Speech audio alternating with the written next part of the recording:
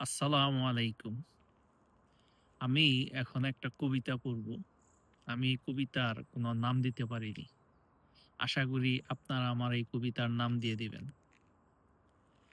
ইয়া উম্মতে মুহাম্মাদি, ঘুমিয়ে আছো নাকি? দাও দাও জ্বলছে ফিলিস্তিন, আর নেই কিছু বলার বাকি। ক্ষুধার জ্বালায় কাতর হাড় জিরজিরে মানুষ, হে মুসলিম, এ ভূমি তো তোমারও ছিল। ওরা মোদের জীবন্ত পুড়িয়ে মেরেছে, তবু এ ফিলিস্তিনের ভূমিতে আসতে তোমায় কে বাধা দিল? নারী, শিশু, বৃদ্ধ প্রতিদিন ১০০, ২০০, হাজার নরম বিছানায় হেলান দিয়ে গুনছো লাশের হিসাব। আহ ফিলিস্তিন, এটুকু বলেই হয়তো এড়িয়ে যাচ্ছ খবর। কত নিষ্ঠুর তোমার জবাব! মনে রাখার মতো হয়তো আমি কেউ নই, হারাবার কিছু বাকি নেই আর। ধ্বংসস্তূপ হতে রক্ত মাংসের দলা জমা করে দাফন দিয়েছি পুরো পরিবার।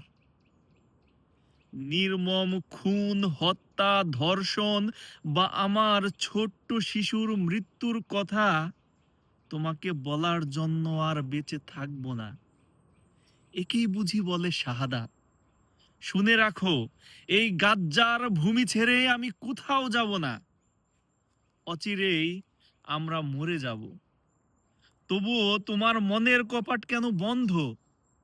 এমন তো নয় যে চোখ নেই তোমার, হৃদয়টা তোমার আজ অন্ধ। মুহুর্মুহু বিমান হামলার সাইরেন, রাসায়নিক বোমার তীব্র আগুনে ঝলসে আকাশ। আমার জন্য দুটো লাইন লিখে দিও, যদি কখনো তুমি পাও অবকাশ। মনে রেখো, এই নরকের কুকুর জায়নিস্টেরও একদিন মৃত্যু হবে। আমি মৃত্যুকে ভয় করি না। হে মুসলিম, তোমার কাছে আমার এই তো শেষ লেখা। জানি না আর কখনো লিখতে পারবো কিনা।